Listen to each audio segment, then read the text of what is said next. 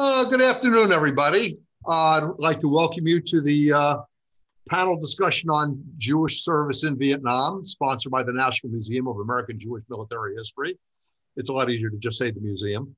And but let me introduce myself. I am Bob Jacobs. I am the National Chairman of Jewish War Veterans National Vietnam Veterans Committee, and we've been working on this in conjunction, with the museum, this project. What I'd like to do is take a moment to just talk about what the Vietnam Veterans Committee has been doing, and then we will turn over to the actual program, and I'll turn it over to Sheldon Goldberg, who's going to be the MC, the moderator. All right, the Vietnam Veterans Committee chairman last summer completed a project gathering and publishing the stories of 90 Jews who served during the Vietnam era, some in Vietnam, some elsewhere, but we're just waiting on the copyright to be finalized, and we're going to be turning those discs over to the museum for them to sell at a profit, with a possible of a hard copy being printed as well. We're also working on a project of developing a Vietnam-centered exhibit in the museum in Washington, the Jewish War Veterans National Headquarters. Right now, the current exhibit on wars has a very limited aspect on it, and we are working very hard to create a much larger project. Now, the panelists all have their name on the screen. I'm not going to be a panelist today, so I'm going to disappear in a moment. And what will happen is Sheldon Goldberg will explain how it's going to work. But if you, as a member of the audience, have a question that you want to ask one of the panelists, or just in general for whomever chooses to answer it, type it into the question and answer section at the bottom of your screen. Don't expect it to be answered right away. If Mike Rugel, who's one of the people in the museum who's running the program, if he feels that's a question that's relevant to be answered right away, he'll turn it over to the appropriate person. Otherwise, your question may not be answered until the latter part of the program. Let me just look at my note card and see if I've said all I need to say. And I think that's about it. Sheldon, it's all yours. Okay, thank you, Bob. Sure. Hi there, everybody. I'm Sheldon Goldberg. I am currently the docent and historian at the National Museum of American Jewish Military History, and a Vietnam veteran myself. What we are going to be doing here is have two rounds in our discussion. We're going to go according to a timeline. I'm going to tell you just a very brief history of the Vietnam War at the very beginning. And as we move through the timeline, I'm going to introduce our panelists who participated at that particular time. In the first round, they're going to basically tell you the simple, what did I do in the war, Daddy? They're going to kind of tell you what they did, things that may have impressed them or not so much impressed them, etc. And then we're going to go around for a second round. And at this time, they're going to talk about what it was like being Jewish in the service in a war. We have a good broad spectrum here. We have the Army, we have the Marine Corps, we have the Navy, and we have the Air Force. And so we'll get some good perspectives from different time frames. So let me begin with my little history here, and we'll move on. Now, when World War II ended in Asia in September 45, France attempted to regain control of its former colonies in Indochina. And this led to what has been called the First Vietnamese War. And that began in 1946. Within a few years, China, the Soviet Union, had recognized the Democratic Republic of Vietnam and began supplying them with arms. What had been a guerrilla war by 1950 had become a full-fledged conventional war. That year, the US identified the Viet Minh as a communist threat and stepped up its military assistance to France for their cooperation and operations, rather, against the North Vietnamese and the Viet Minh. In May 1954, however, the French were defeated by Viet Minh forces at Dien Bien Phu, and this defeat led to the end of French rule in Indochina. 5 years later, in May of 1959, North Vietnam forces began to build a supply route through Laos and Cambodia to South Vietnam in an effort to supply the guerrilla forces and their attacks against the government of South Vietnam. The route became known to all of us as the Ho Chi Minh Trail. In July of 1959, the first US soldiers were killed in South Vietnam when guerrillas raided their living quarters in Saigon. Actually, they were part of the MAG, the Military Advisory and Assistance Group, and it was at Bien Hoa where they were. In May of 1961, 2 years later, President John F. Kennedy sends helicopters and 400 Green Berets to South Vietnam and authorized secret operations against the Viet Cong. I actually went there in 1963. Actually, I had 23 combat support missions flying transports there. But the things we brought were laughable today: toilet paper, typing paper, typewriters, and refrigerators. That was the beginning of my war. In August of 1964, the USS Maddox was allegedly attacked in by North Vietnamese patrol boats in the Gulf of Tonkin, leading the President Johnson to call for airstrikes on North Vietnamese patrol boats. 2 US aircraft were lost. In August of 64 again, the attack in the Gulf of Tonkin spurred Congress to pass the Gulf of Tonkin Resolution, which authorized the president to take all necessary measures, including the use of armed force against any aggressor in the conflict. In February of 65, President Johnson orders the bombing of targets in North Vietnam in Operation Flaming Dart.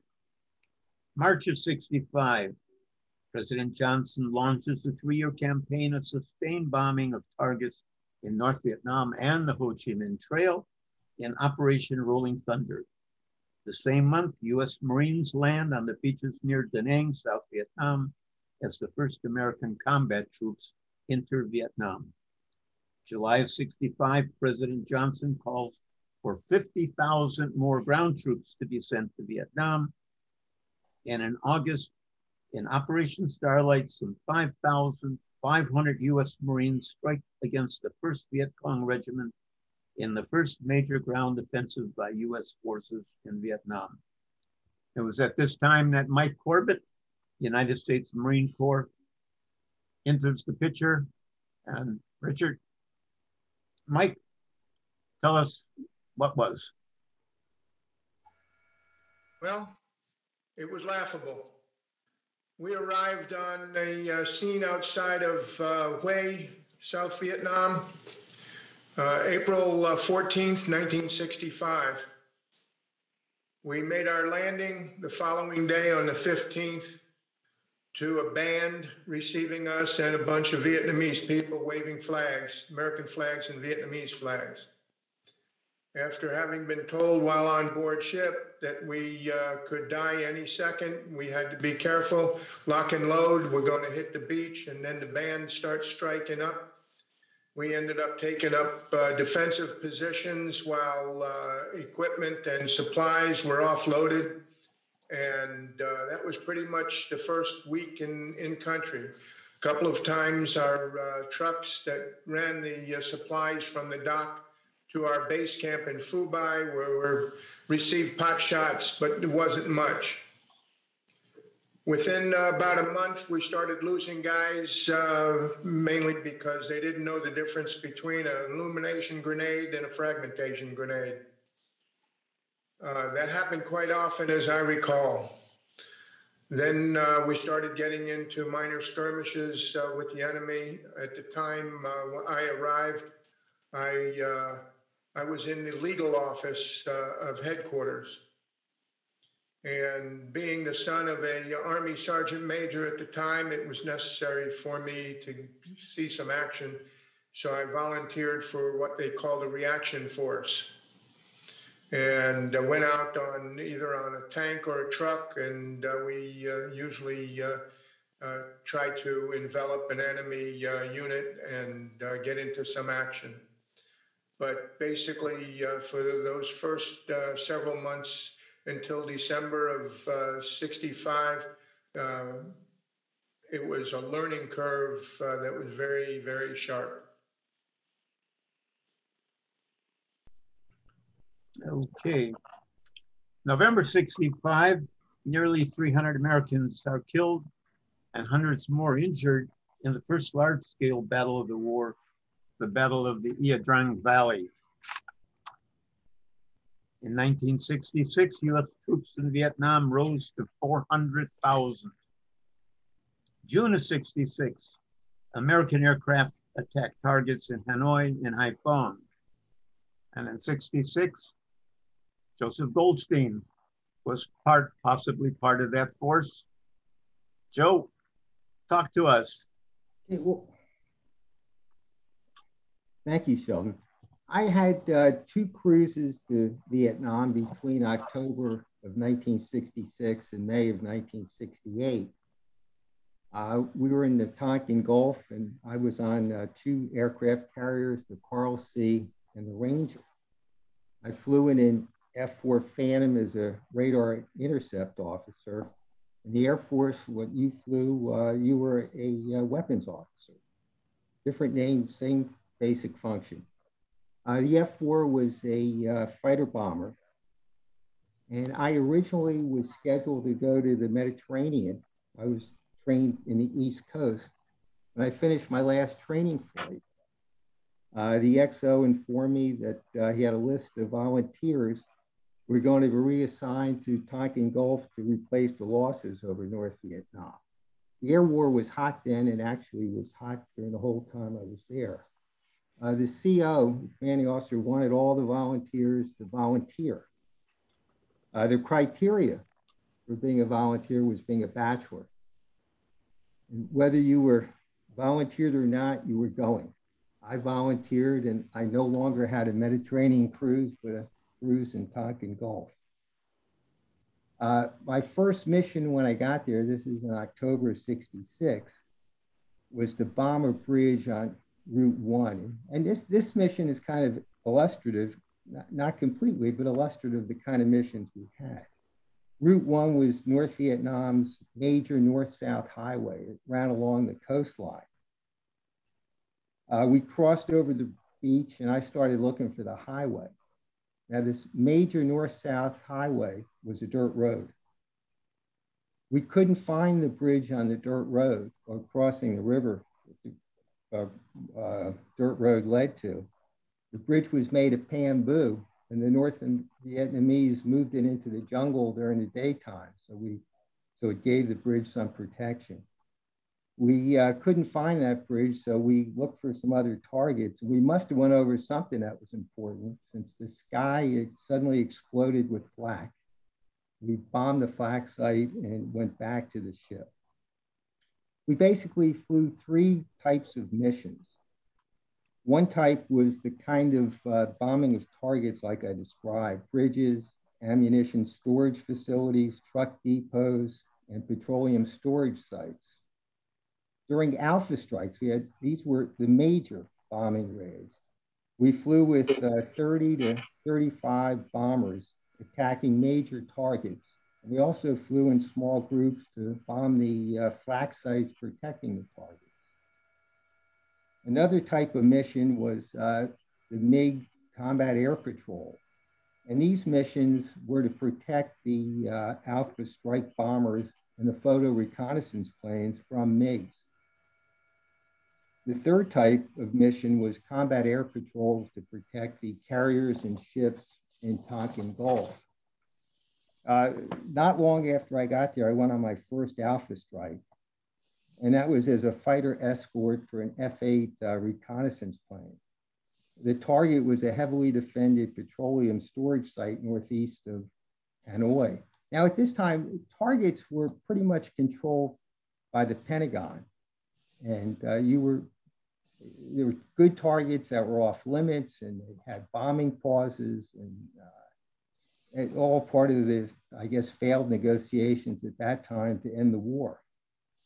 But as we crossed the beach towards this petroleum storage site, you could hear the North Vietnamese radars searching for us as we approached the target. So there was no secret. I mean, when you have 30, 35 airplanes, and we were with the reconnaissance bird right before that, it's like having a bugler blow reveille. You wake up every gunner in the world. So as we approached the target, the sky was just saturated with flak. I thought, looking out, that I could walk from flak burst to flak burst. The F-8 photo bird was hit by flak and slowed down. We had to slow down.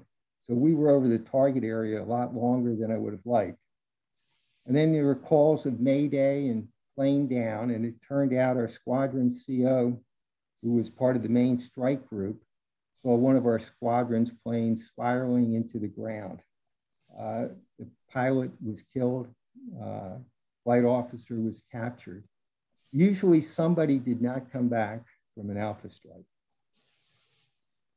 After the North Koreans captured the USS Pueblo at the end of January 1968, we went to the Sea of Japan. And this is a digression from North Vietnam, but very interestingly, the Pueblo was captured within a week of the Tet Offensive starting. I've not heard of any linkage between the two events, but the timing was very good. It took us out of Tonkin Gulf and had us go to the Sea of Japan. While there, we thought we were going to war against North Korea. We had the opportunity to intercept two large Russian bombers that were called Badgers. It was a friendly encounter, a little bit different than over North Vietnam. The Russians were checking our air defenses. We were showing them that we could shoot them down before they could ever reach the carriers. And a Russian rear gunner, went up very close to the bombers, and a Russian rear gunner took a picture of our plane as I took a picture of his, and kind of waved to each other. And we went back to Vietnam. Battle of Quai Son was going on. Did a lot of bombing in support of the Marines. And we went into the Ho Chi Minh Trail in Laos and tried to bomb that to affect the supplies going south. And then we went home. Sheldon? Oh, okay. Thank you, Joe. I think I'll be talking next week because I did a tour on the USS Coral Sea myself. So we've got that in common. The Carl Maru. 1967, U.S. troop numbers stationed in Vietnam now increased to 500,000. Dick Kurtz, United States Army, was one of those 500,000. Dick, tell us what's happening. I was a career Army officer, as much as you could be when you're a lieutenant. And I was stationed in West Germany. And I had served as a platoon leader and a battery commander. And in 1966, I volunteered for Vietnam. And that buildup was taking place. And I was assigned to the First Infantry Division, the Big Red One, as part of the first replacement cycle. And even though I was a senior first lieutenant, I volunteered to be a forward observer in an infantry company, to be the artillery officer. And I was an FO, and I was in several big firefights. And this was the time the strategy was search and destroy. And we were supposed to find the enemy, who was quite elusive, and destroy them, and accumulate a body count. Of course, the whole war was based on a measure of effectiveness known as the body count. And I think we believed at that time that we could just kill the enemy to death and win the war. So body count became a prime metric of how well we were doing. And we were artillery rich. We used artillery with wild abandon to keep ourselves as safe as possible and to kill as many of the enemy as possible without having to close and destroy in close combat. I FO'd until the day I made captain, and then I was assigned as the artillery officer in the infantry battalion in which I served. And I was in another big firefight as a captain. And eventually I was moved out of the infantry battalion to take over a battery in the howitzer battalion, which was supporting the infantry battalion. And so in each of my positions, there was a fairly serious firefight in which I got to see what war was like up close and personal. No heroics, it was just a matter of doing your job and being part of the team and knowing your job. And so I made a very, very conscious effort to be as competent as I could, to know what my job was and to do it as well as I could. I was wounded in action. I was evacuated to the 93rd Evacuation Hospital in Saigon and then returned back to my unit a week later. And so I got to see kind of the war from the dirty end of it to the evacuation route and then back to the dirty end of it. I finished up in 1967, went back to the States for 2 or 3 years of schooling, and then returned to Vietnam in 1971. I'll talk about that later, or do you want me to talk about that now, Sheldon? No, we can wait, get you second time around. All right, so I'm home in 1967, and that's the end of my first war. Yeah, okay. Jake Romo, also in the U.S. Army, was in Vietnam during that time. Jake, let us know what your experience was. Okay. Well, like Dick, I've got to start someplace else first. I was assigned to the 25th Infantry Division, 25th Medical Battalion as a division social work officer. And in peacetime, for like 3 years in Hawaii, I must say it was the best assignment I've ever had in my life.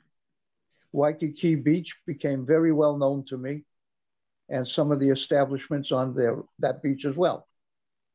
But at some point, the 25th Infantry Division was alerted that they were going to be going to Vietnam. At that time, the then commanding general, Major General Fred Wyand, got me reassigned from the medical battalion, where I basically worked in the mental hygiene clinic, evaluating soldiers for fitness or unfitness for military service, or treating them for mental health issues. And he sent me on a 1 week TDY to Atlantic City to learn about something called Army Community Services, which had not actually gone into effect. But when I came back to Hawaii, I was detailed from the Med Battalion to the G1 shop, and I was given the assignment to establish not an Army Community Services, but the exact opposite of that. It's called the Dependents Assistance Center. And my job was to get all of the military dependents on the island of Oahu out of Hawaii if they were not Hawaiian nationals. And that meant getting people back to their countries of origin, Philippines, Japan, Korea, wherever American soldiers managed to find foreign women to marry. And for those who wouldn't go back to their home countries, I was able to get them to Schilling Manor in Kansas, where it was basically a detachment of Army social work officers dealing with foreign wives. But ultimately, I went to Vietnam and joined my 25th Infantry Division. I was in country 2 hours when I first saw my 2 dead Americans. I got to Tan Son Nhut Air Base with my gear and was awaiting a helicopter to take me from there to Cu Chi, where I was stationed with the 25th Infantry Division. And once I got on the helicopter, the crew chief told me he was going to take me and my gear to Cu Chi, but first we were going to stop someplace else. Had no idea what that meant, but we were hovering over this fire base and taking green tracer rounds. And I discovered that green was what the Viet Cong used, red was what we used. So the pilot hovered next to the ground, and I saw 2 stretcher-bearing crews run out to the chopper and unceremoniously dumped 2 dead American bodies on the chopper, which we were going to then take to Cu Chi, and from there, I guess the chopper was going to take them to Tan Son Nhut and to the mortuary facility at Tan Son Nhut. In any event, once I got to Cu Chi and rejoined the 25th Medical Battalion in Cu Chi, we set up, or already had set up, a small mental hygiene clinic tent in the medical battalion area. I had two bosses. One was the medical battalion company commander, to whom I was assigned, and to which my social work psychology technicians were assigned, and also the division psychiatrist, who was on the staff of the division surgeon. So while I ostensibly worked for the division psychiatrist, okay, my reporting was actually to the medical battalion. The division psychiatrist decided that my job was to go to the field whenever there was an operation or an exercise and support the battalion surgeons dealing with any neuropsychiatric casualties, while he stayed back at Cu Chi and ran the mental hygiene clinic. So I did that for 7 months until I was notified that I was being transferred to the 93rd Evac Hospital, where I was going to be the XO of a psychiatric augmentation detachment, the 935th Psychiatric Detachment, which had a 28-bed inpatient unit for psychiatric casualties, as well as a very large mental hygiene clinic. The mental hygiene clinic was commanded by a reserve major psychiatrist who essentially knew nothing about the Army, but was only there to make a diagnosis and decide what to do with soldiers. And my job was essentially to run the clinic operation. And we saw patients primarily from the Army infantry units and support units in Long Binh, as well as some Air Force and some Navy who were seen in our operation as well. I did that for the remainder of my tour, and then was sent back to the US on reassignment to go to the Officer Advanced Course in May of 1967. And that was it for that part of my Vietnam experience.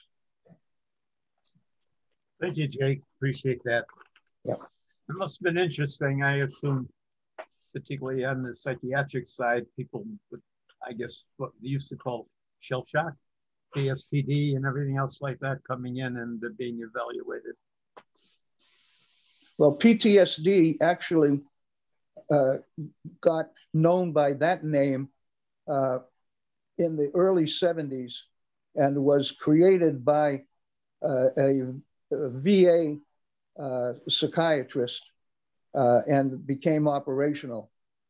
We called it combat stress reaction because basically there were troops that were under stress and they were in combat. So that was an easy thing to create, combat stress reaction. But PTSD supplanted that in the early 70s. And from then on, that's what it became known as in the military. Thank you. Moving on, we now have in February of 67, US aircraft are bombing Haiphong Harbor and North Vietnamese airfields. November 67, the Battle of Dakto in the Central Highlands. The United States forces suffer some 1,800 casualties. January through April of 68, the US Marine garrison at Quai Son in South Vietnam withstood a massive siege by communist forces of the People's Army of North Vietnam for 77 days. And we heard Joe talk a little bit about supporting that operation. January 68, the Tet Offensive begins. The attack shocks US officials and marks a turning point in the war and the beginning of a gradual US withdrawal. February, March 1968, battles at Hue and Saigon end the American and ARVN victory, or end with an American and ARVN victory. 1968 finds Stan Goldstein up at Korat. Stan, what was your view from there? Well, let's start in the beginning, as the good book says. I was there in Korat as a weasel, but getting there is a story. I'm sitting at Air Training Command headquarters back in '67, and as usual, on a Friday, they said, come see the personnel officer. And he says, you're going to be a weasel. What's a weasel?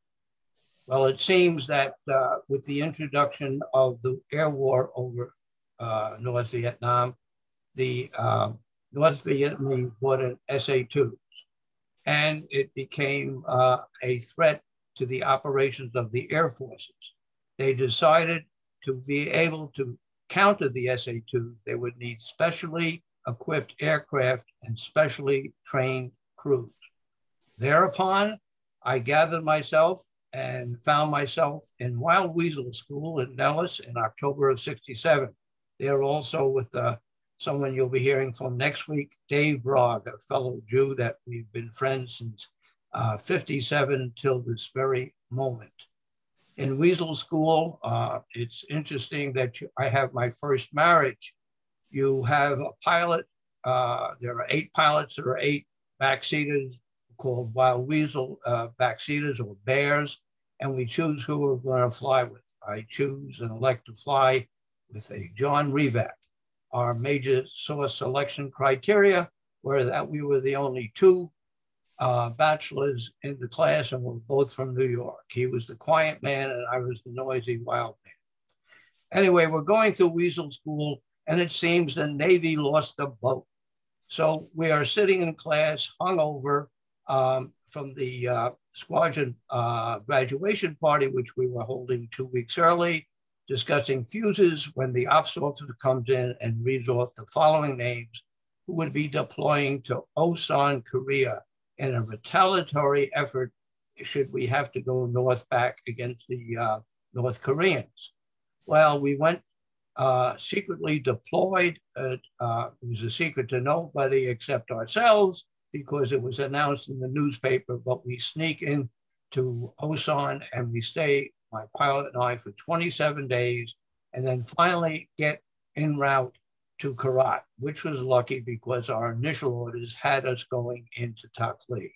We stopped en route at Clark Air Force Base to go to Snake School. For the uninitiative, Snake School is the survival school in the Philippines where you learn to evade. Of course, the Negritos who were tracking us found us all, so that wasn't any big surprise. Anyway, in March of '68, we arrive at Korat Air Force Base. Then we go through the checkout and about to begin flying. And then LBJ announces on the 1st of April that there was going to be a modified bombing war. We would not be going north. And he also announced at that time that he would not be running for re-election. Anyway, that starts the beginning of my 100 missions.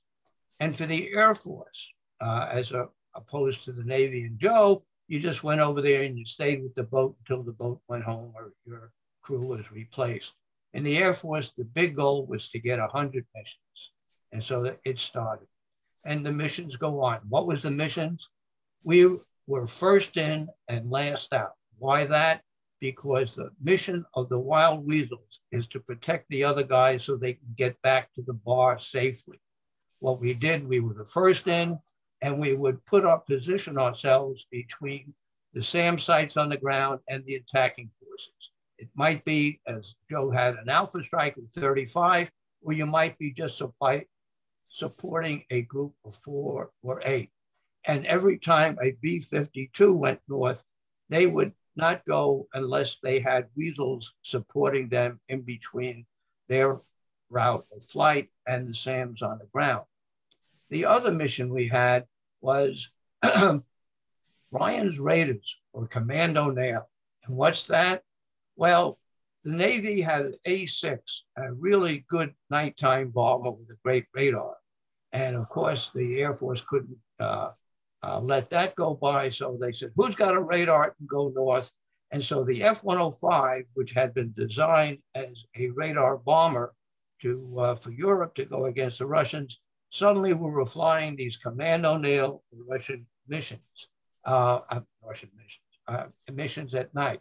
And of course, if you weren't dropping bombs that night, you would be one of the wild weasels protecting the crews there. And one night, as I was flying a Brian radar mission, and we're flying in, and my pilot said, Stan, can you see that they're shooting at us? My reply is, what can I do about it? You got the airplane, and I got to find the target. Leave me alone, don't bother me. So it was a matter of getting missions. It was exciting. They'd be shooting at you, and you'd come back. Twice we ran out of gas, couldn't run out of gas. The tanker couldn't supply us. So those are my 2 landings at Da Nang to refuel and get safely. Well, the war goes on and war goes on, and we're approaching, I'm getting up to the 90s. And you're concerned in war, I think, at least in combat, is before the very first mission when you have, what's it going to be like? Am I going to be brave enough? You know, can I put up with it? Then you go and do it. Well, I'm now up to the 99th mission on October 31st, when all excited because next day I'm going to fly my 100th and get to go home. Well, we read in the Bangkok Post at lunch, having landed from the 99th, that LBJ has canceled all bombing north of the DMZ, and the Rolling Thunder is going to come to an end.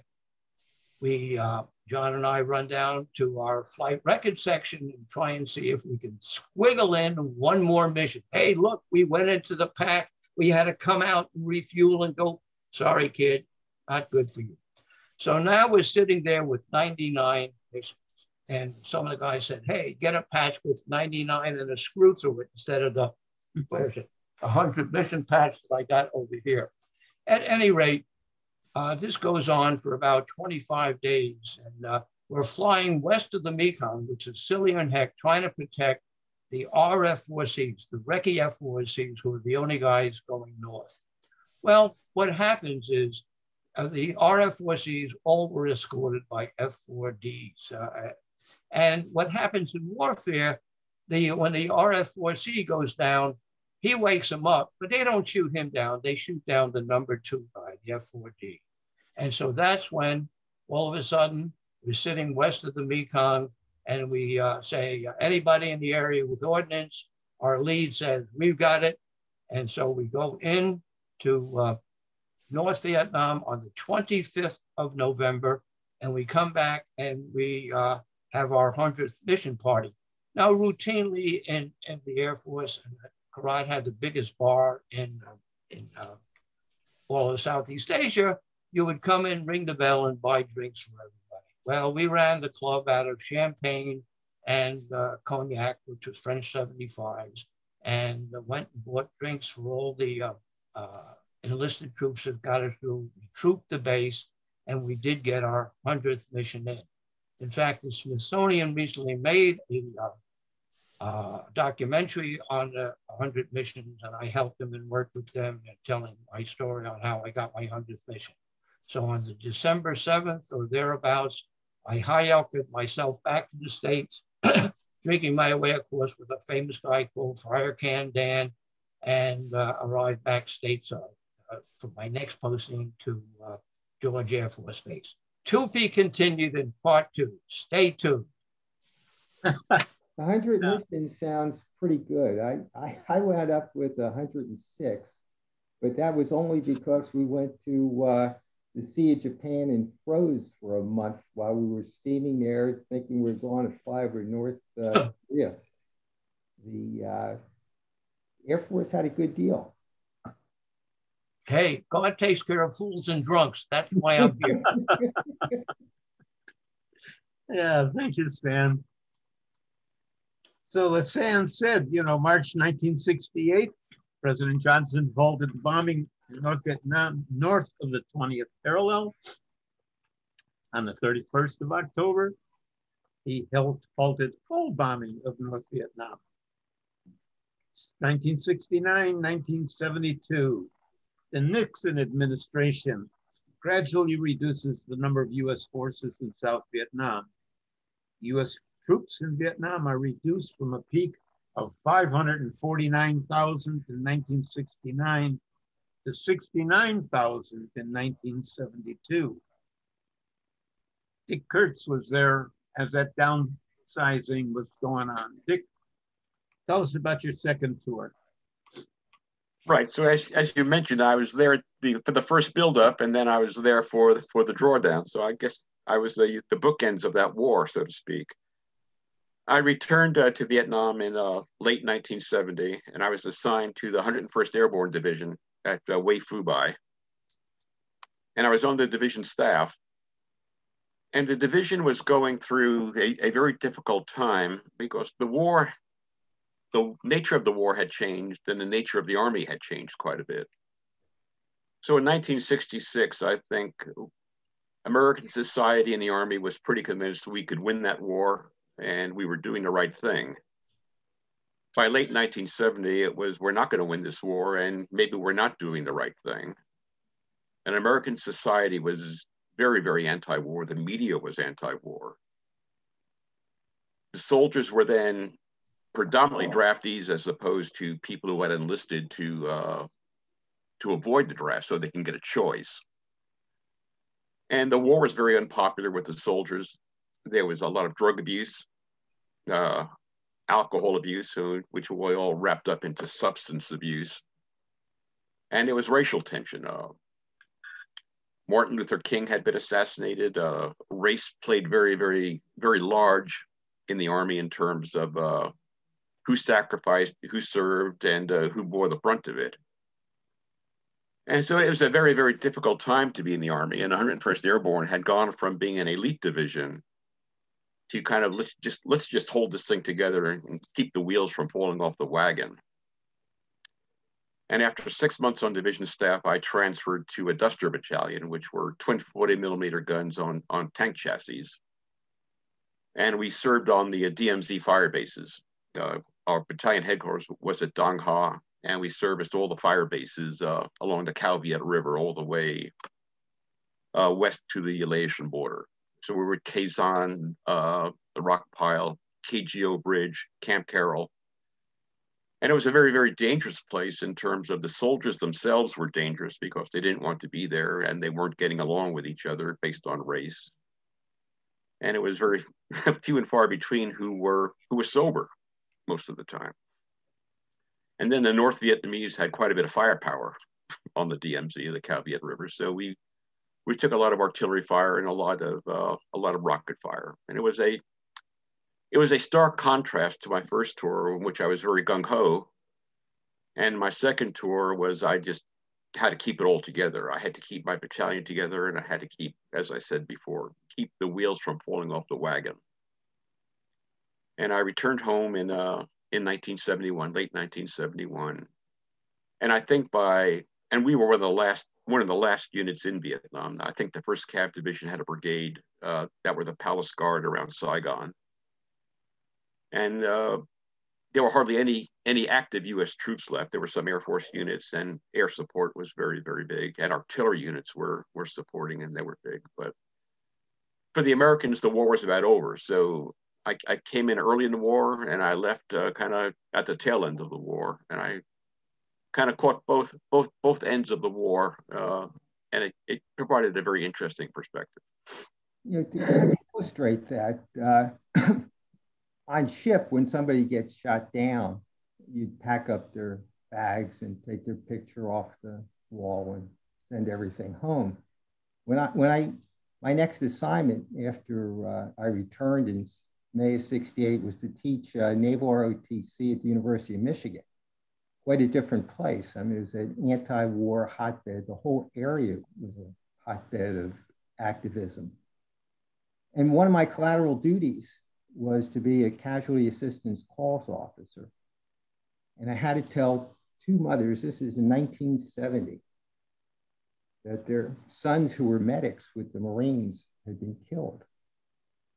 It was a truly awful experience. And neither family wanted a military funeral. That's how unpopular the war was at that time. But, there was nothing worse than telling mothers their sons were dead. I think I was lucky that I stayed in the Army. And so within the Army community, I think we addressed the war in a very surgical, a very intellectual manner.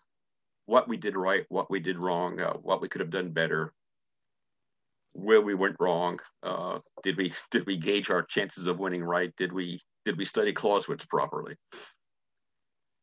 And I'm afraid had I gone back to civilian life, it would have been very, very different in terms of my attitude about myself and what I had done, as opposed to being with my comrades for another 20 plus years, in which we could discuss the war as professionals and careerists, as opposed to make a social judgment or a moral judgment about what we did or what we didn't do. So I think I was fortunate to have stayed in the Army, and it kept me centered, and it kept me from being dangerously introspective about what we had been doing and why we had been doing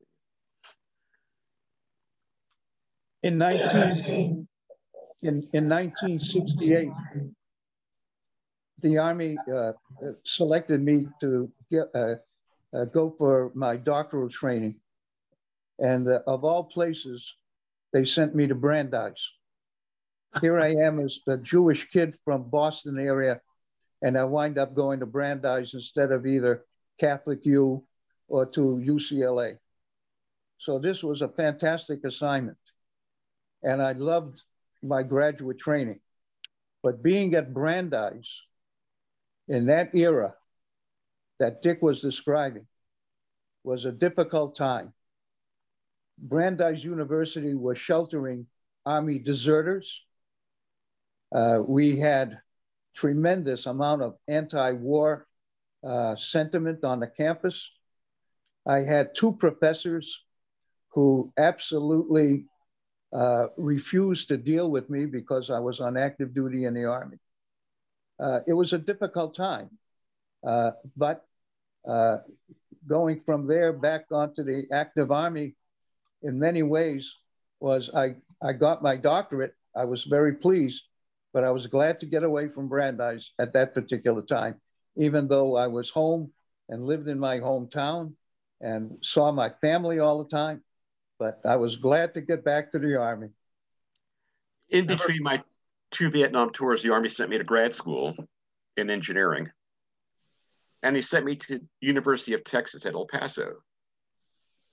And it was not known as an engineering powerhouse school. And so I asked, why are we going to UTEP? Why El Paso? And turned out the answer was the Army had made a study of college campuses that year. And UTEP, ASU, and 1 or 2 other schools ranked last in terms of riots and misbehavior and anti-war activity on campus. So that's how the Army picked the grad schools where to send Army students who were going to go to grad school. Well, I think Michigan would have ranked #1. Probably so. At the top.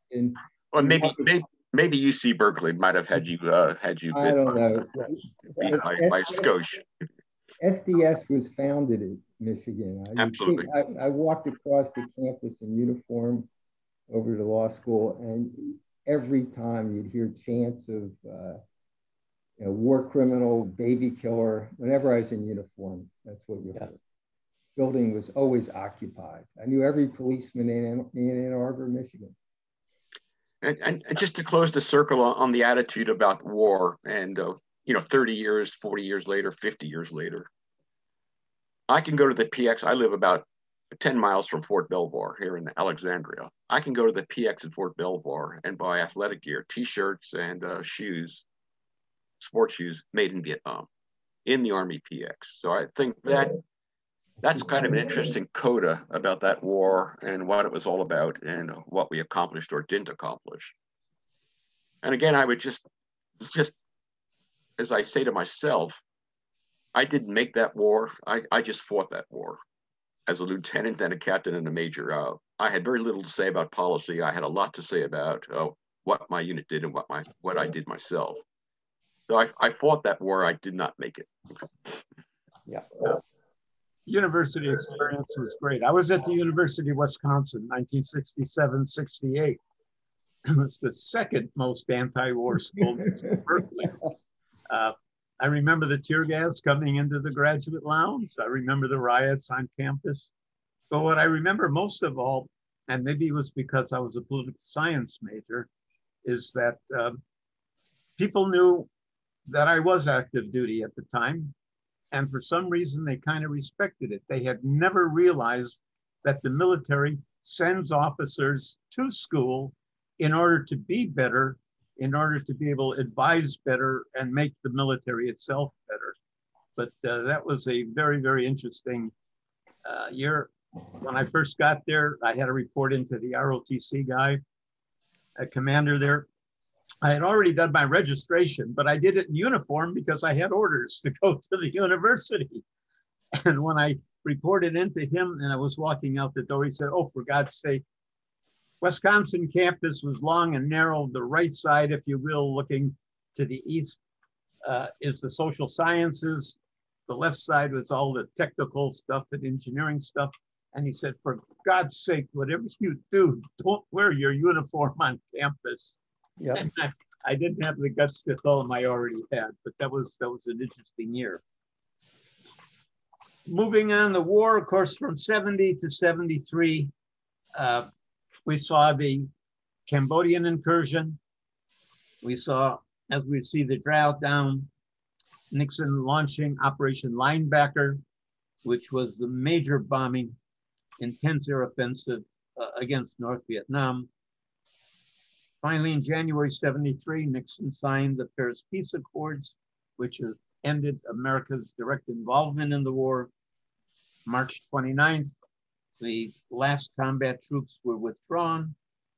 And finally, between February and April 1973, North Vietnam returns 591 American POWs in what was known as Operation Homecoming. So let's start round number 2. Let's go back. Mike Corbett, you're Jewish, you were in a uniform, you're in a war. What was that like for you? Well, first of all, I should point out my name was Corbett. With the name Corbett, I wasn't easily recognized as a Jew. But I was raised in a Hamisha household in Brooklyn, and my mother remarried when I was 10. And I did have a bar mitzvah. But when I went in the Marines, I had an uncle by the name of Meiselman who suggested I not make a big deal of my religion in boot camp. So I didn't. But by the time I got to Vietnam, it never was mentioned until I got wounded one time. And the next day, I was wounded at night. Couldn't say anything, couldn't do anything. But the next day, as soon as it got daylight, I was screaming my head off that I was in terrible pain. And the chaplain came over and he said, and he knew I wasn't wounded that badly. He said, "Shall I give you the last rites?" And I said, "I'm Jewish." He said, "Well, I could say the Shema with you." And that was the end of anything Jewish in the Marine Corps, my 4 years, except during the '67 war. I was stationed at Parris Island, South Carolina at the time, and a call went out for all Jewish Marines to show up at the chapel. So I went down there. There was a young lieutenant, Navy lieutenant, 3 or 4 recruits, and myself. At the time I was a corporal. And the Navy lieutenant started talking to us about the war in Israel, how we felt about it, what we thought of it. And the discussion lasted about an hour and a half. And I had to escort the recruits back to their battalion, and I went back to my work. That was the end of it. Never heard another word about being Jewish. Joseph, Well, I had a little different experience. The my experience of being Jewish in the war was actually, with one exception, very good. For example, when I was in officer candidate school, one of the requirements, this is 1965, and you were still required at that point, I assume it's no longer the case, to go to church services on Sunday morning. Well, being Jewish, I said I didn't want to go to church services, so they let me go off base on Friday nights to go into Pensacola to go to services at the Reformed Synagogue. I always got off for Rosh Hashanah, Yom Kippur during training, didn't have to fly. As you may recall, in 1965, Sandy Koufax did not pitch Yom Kippur. I didn't fly. So we had something similar. When I was in Tonkin Gulf, I was acting rabbi for the crews on the Coral Sea and the Ranger. Both ships were very accommodating to Jewish crew members. We had Friday night services and dinners. I missed a lot of them, but when I could make them, they were great. On the Coral Sea, there was a Jewish cook who had been a cook in the Catskill Mountains, and his dinners were absolutely delicious. The crew, the Jewish congregation, when I became a Lieutenant JG, presented me with a cake with Lieutenant JG shoulder boards. So it was a really tight-knit community. With respect to the other people in my squadron, there was no issue, but in fact, I didn't eat pork. And pork was usually served at least twice a week in the wardroom. And the stewards noticed this.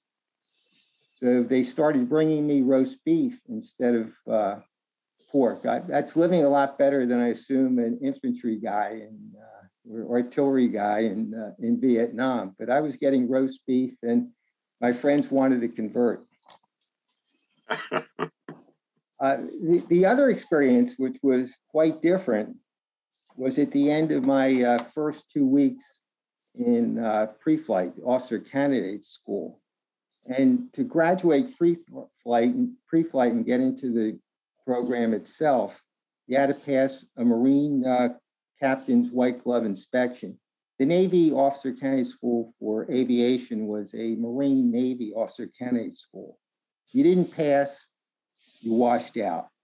And we had about 2 hours to prepare. This was at the end of 2 weeks. And you had to prepare not only yourself, you had to prepare your room, you had to prepare the head. We had a hard time because it was barracks was right, they were doing construction. We had to keep our windows open. The room was a mess with dust. So it took a long time. We got the room prepared, or my clothes and everything prepared.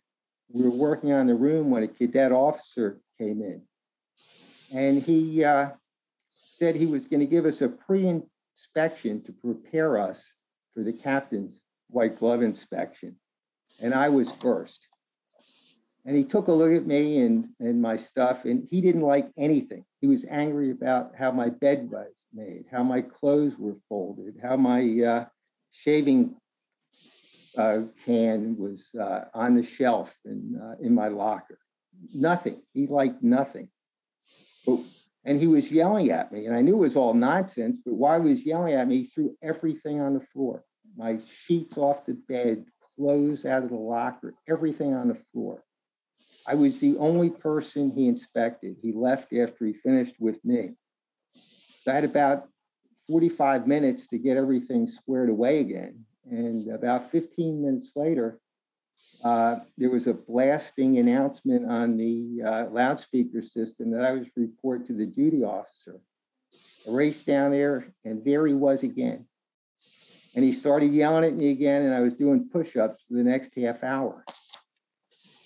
But now when I went back, I raced back to our bunk room, and I never expected I'd be able to get ready. And in the bunk room were two other cadet officers.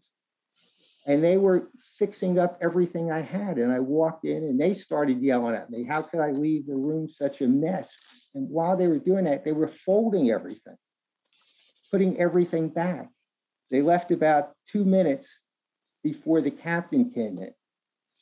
I passed the inspection, but my bunkmates and I could not understand what in the world was going on, how that could possibly have happened. I met one of the cadet officers about a month later in the Navy Exchange, and he told me that he had heard that this cadet officer was going to wash a Jew out of pre-flight, and he wasn't going to let it happen. So he came with a friend, and he made sure it didn't happen. Well, about 2.5 years later, I'm in Tonkin Gulf on the Ranger.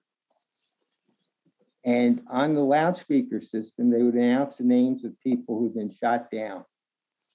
And I heard the name of this cadet officer who tried to wash me out announced. He had been shot down and rescued.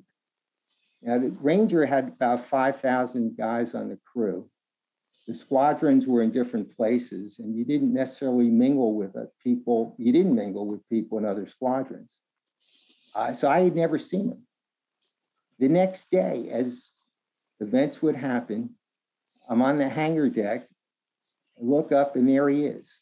Well, he had seen me first and was walking towards me with his hand out.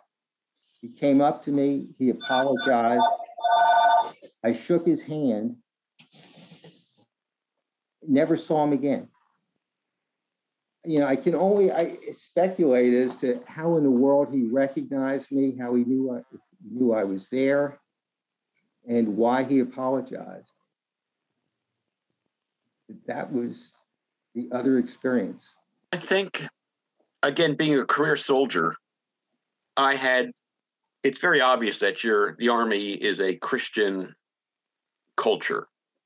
It was by and large, I mean, I came out of the Bronx when I thought everybody was Irish, and it turns out everybody in the Army is Baptist and Episcopalian now. And matter of fact, I had to learn how to pronounce Episcopalian properly because I'd never heard of them before I came in the Army. And my 3 years in Germany in the peacetime Army, or the Cold War Army, they were prayer breakfasts and Christmas and Easter, and those were the unit holidays, Thanksgiving.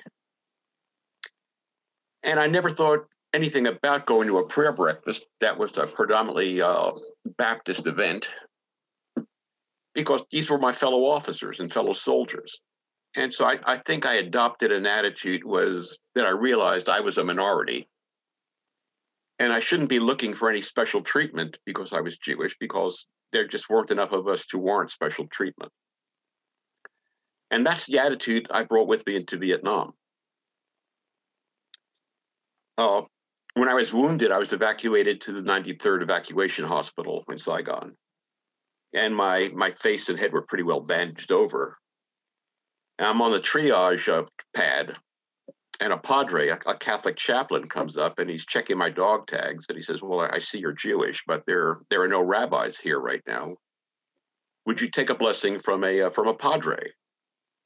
And I said, yes, I'll take whatever I can get, obviously. And again, it was just that even the chaplains themselves realized that they ministered to all the religions, not just the padre was there. And certainly a lot of Protestant kids were wounded that day, and he was there to administer to the Protestant kids, as he was there to administer to the Jewish kid who showed up. And so my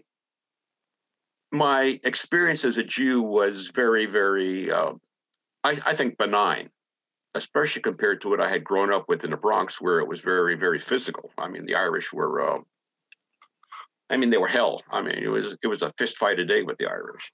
But in the Army, I was home free. I was sent to Saigon. My battalion commander sent me for Passover in Saigon in 1967. He flew me down in his Loach, his observation helicopter. There were several hundred Jewish soldiers at the service in Saigon.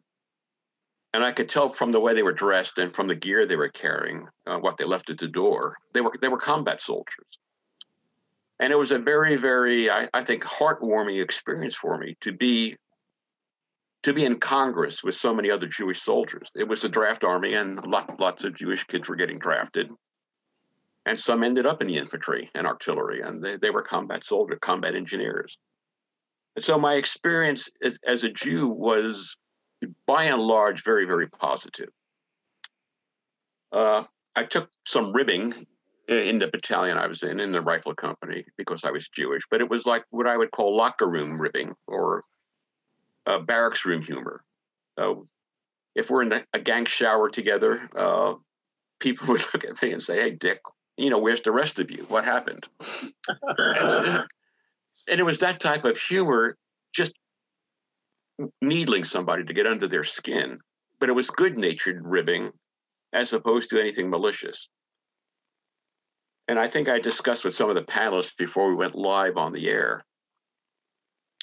It's very, very possible that people don't like you for no reason whatsoever. And so there were people who didn't like me for no reason that I could discern. I had not done nothing to hurt them or done nothing to offend them, but they didn't like me.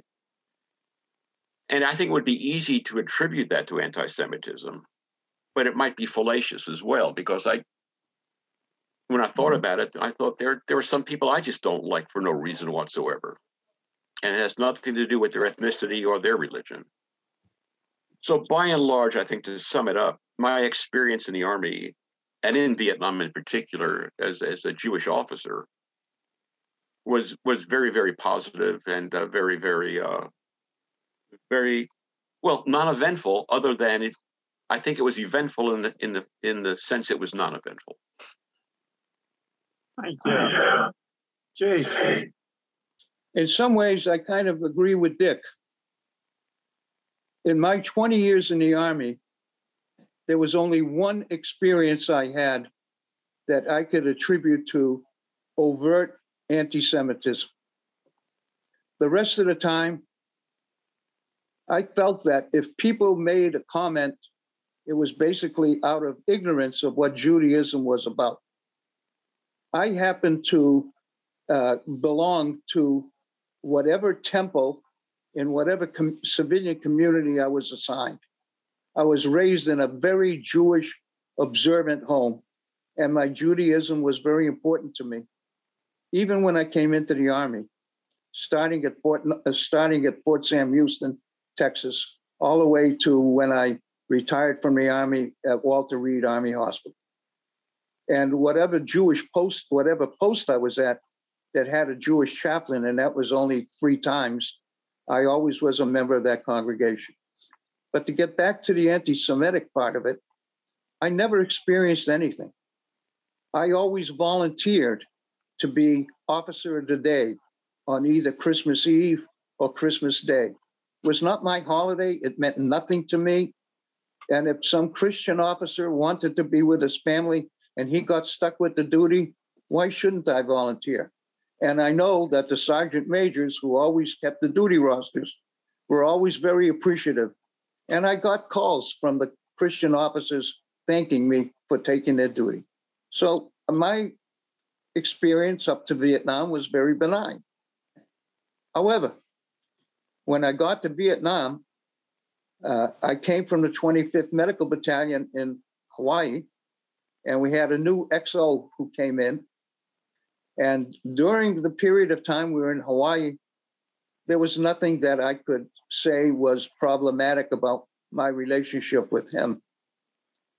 Once we got to Vietnam, on the other hand, we were augmented in our medical battalion by a reserve dental unit from New York City, of which probably of the 9 or 10 dentists, at least 3 of them were Jewish, and one of them was very observant and always wore a yarmulke under his cap, or when we went into the dining facility, the mess hall, he would take his cap off, but his yarmulke would be on.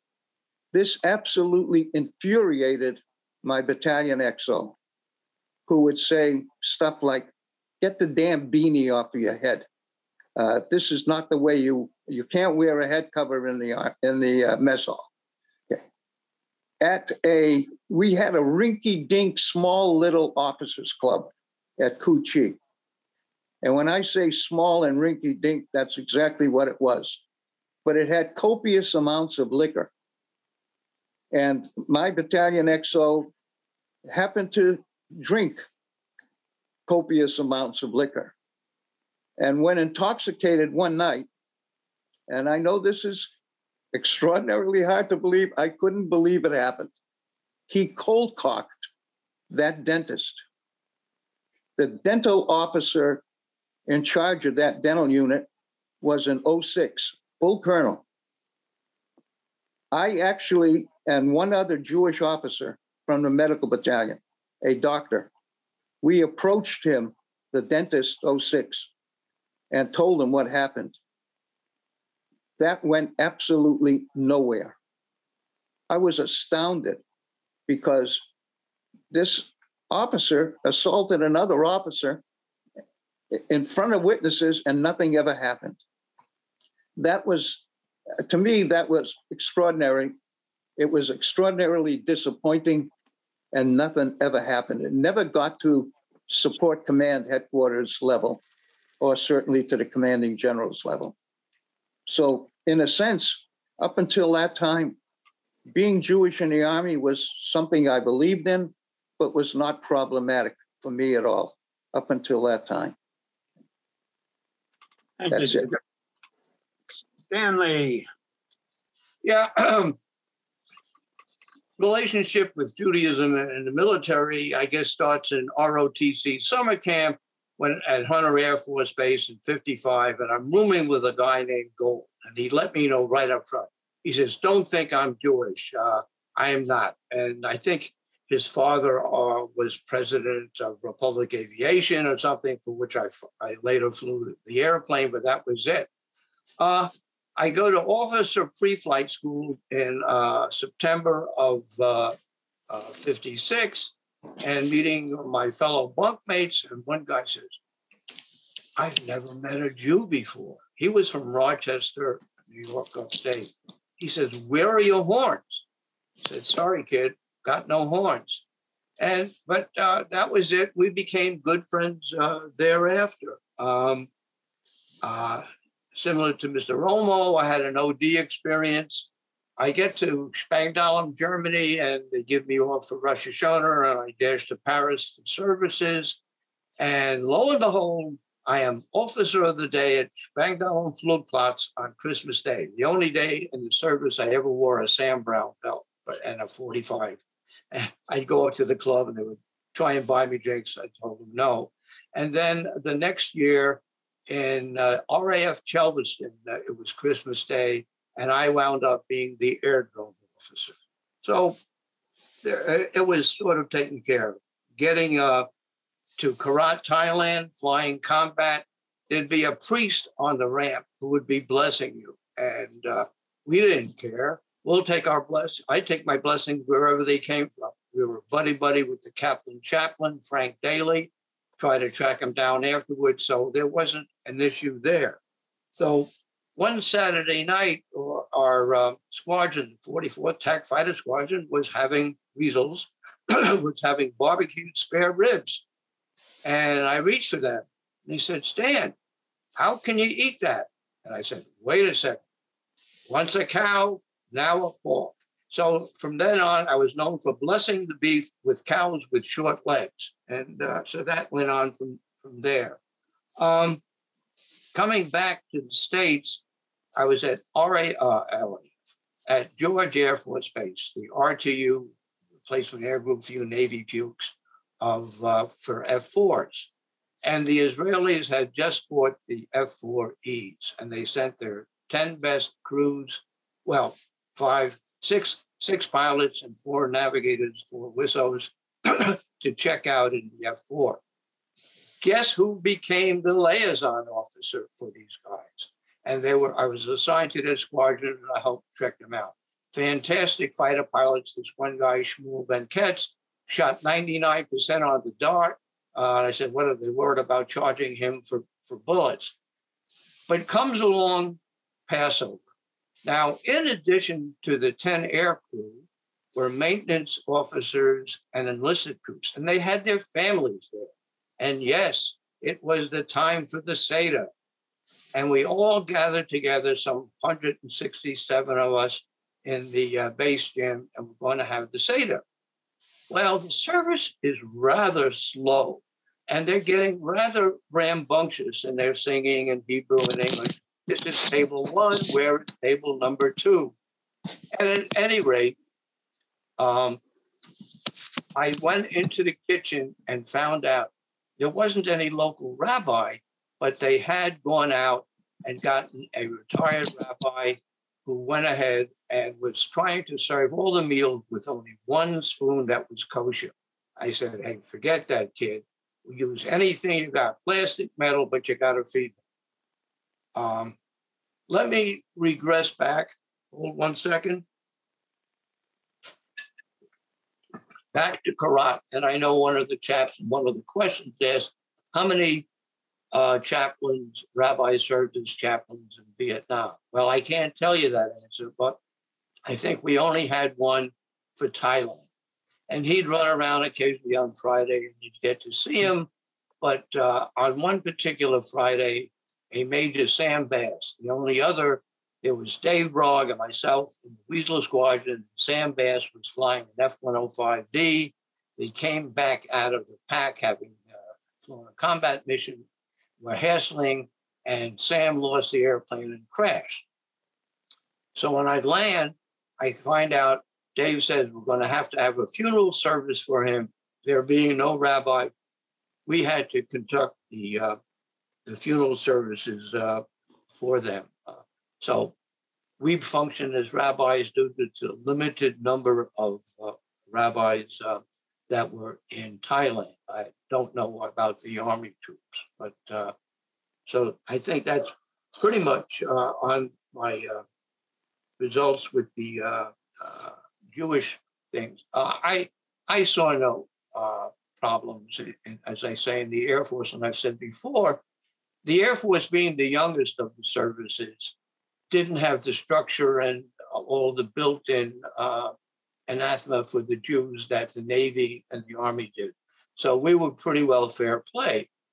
In '65, I sort of asked myself, how many Jews are actually in the Air Force? I did a rough swag, scientific wild guess, and figured that about 2.5% of the military of the Air Force was Jewish. And if I eliminated the rabbi and the doctors and the lawyers and a few bean counters, out of that 2.5%, very few combat line officer Jews were in the military. Now, we have had a recent former chief of staff of the Air Force was Jewish. He was born Jewish. He later converted, but so he and his brothers were Jewish. So there have been Jews in the Air Force. I haven't experienced any discrimination against it. Happy to have served. My year in Vietnam, actually Thailand, was probably one of the best years of my life. Don't let my wife hear that. She gets perturbed when she hears that, but there's that.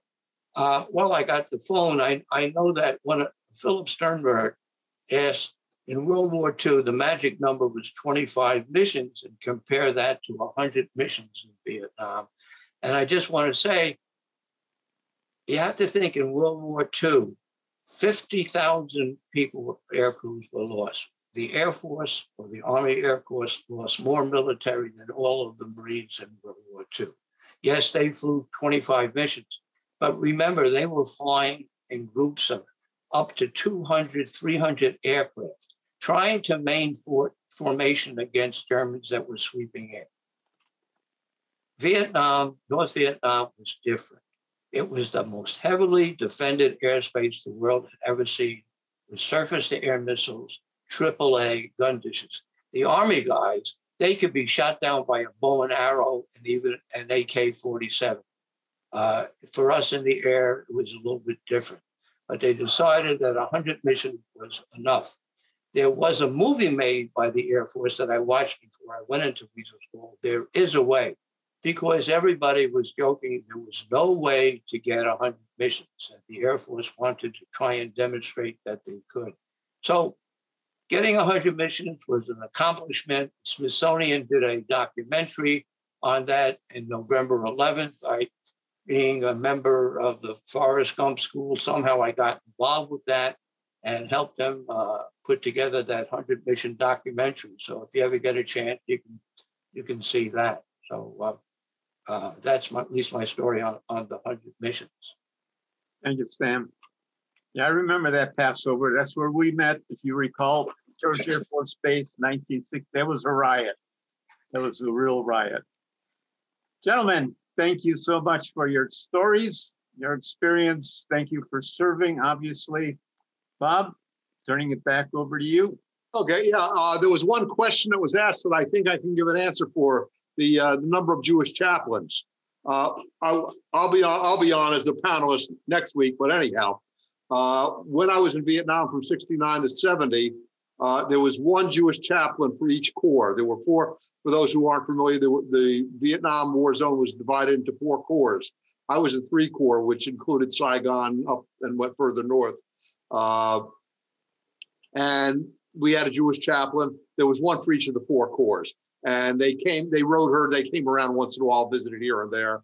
And then you did go down we went down to Saigon for Seder in spring of 70, but I'll discuss that when I get it tomorrow. But I don't know if there were ever any more than 4 Jewish chaplains in Vietnam.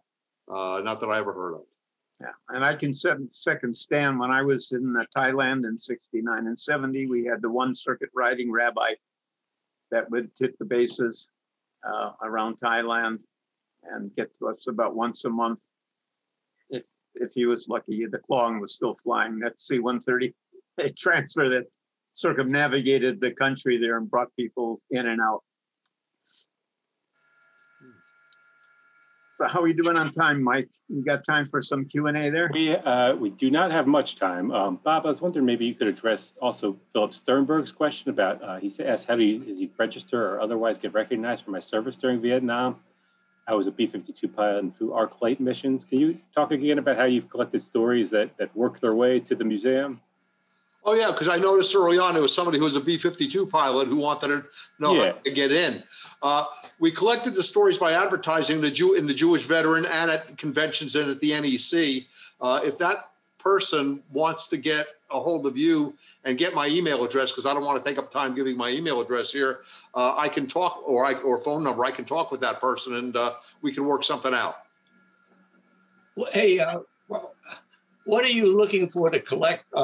Any memorabilia for the museum, or what is you want? Yeah, okay. I guess let me get this off the screen so you can see my face. There we go, for what it's worth.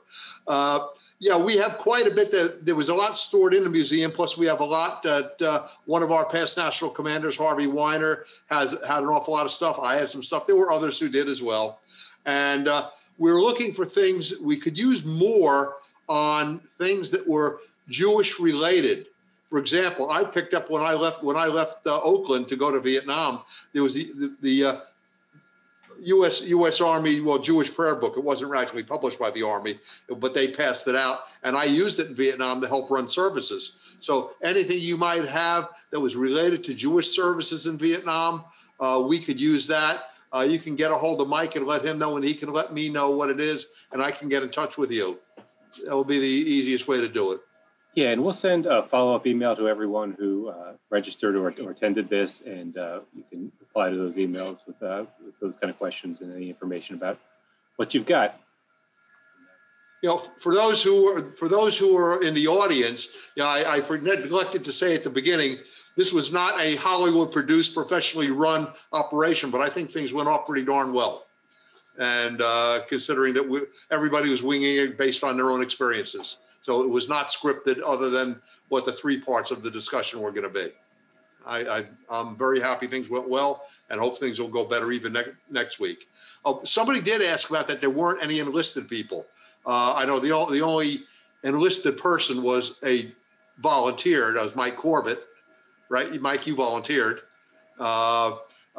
Next week, I don't know. I think I'm the only draftee in the whole bunch. That's the way it worked out. Some of us may have gone in because we would have been drafted. So. Well, that's right. You know, that person somebody had a question, and yeah. When we were trying to pick the panelists, we discussed the different branches of service, different times of service, and that was not something that we talked about when we were trying to decide who would be on the panel.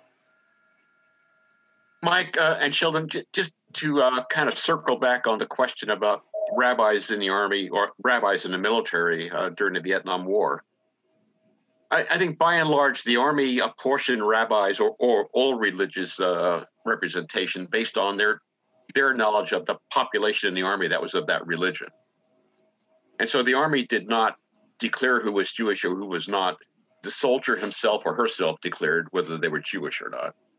And that's how rabbis would be apportioned in various cohort years.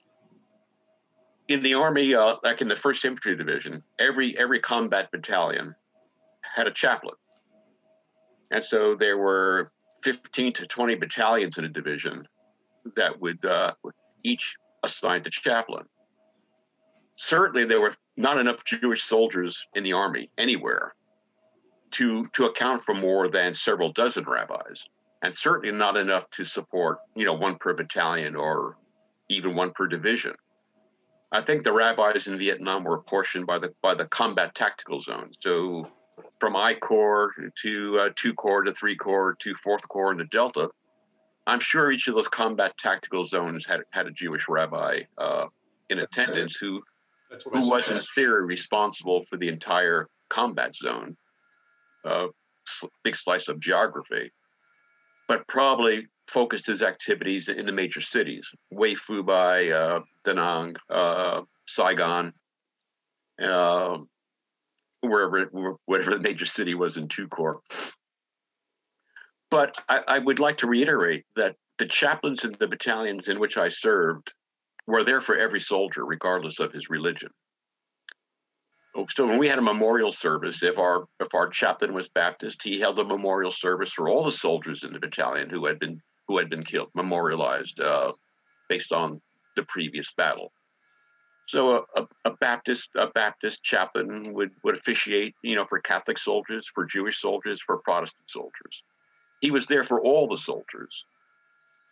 And so I don't want to give the impression that the Jewish soldiers were without religious representation in terms of someone to go talk to, someone to help them with their problems. If they went to see a chaplain, the chaplain was there for them, whether he was Jewish or not. In 66 to 67, Chaplain Captain Alan Greenspan covered out of Saigon the fire bases and the division areas. And he would come to Cu Chi, and I was the Jewish lay leader at that time, whom he appointed, and he would drop off boxes of canned goods, kosher canned goods supplied by the Jewish Welfare Board, and bottles of wine. And I remember one brand I'd never heard of before, Mother Goldstein's out of Brooklyn, which we found delightful. And so did my Christian friends who were my bunkmates, because he would drop it off at my tent when he visited. And he would also visit the patients at the 93rd Evac Hospital at the time that he came. And he was an airborne chaplain in the sense that he flew to whatever fire bases were designated as places that he should go. And he was fantastic. All right, yeah, that's got to be it. So I apologize to people who we didn't get to your questions, but thanks to everyone for being on, and thanks to all the panelists for participating. And we will send up a follow-up email with some more information. Don't forget to remind them about next week. Yeah, we'll be back 1 week from today with a different group to continue the discussion.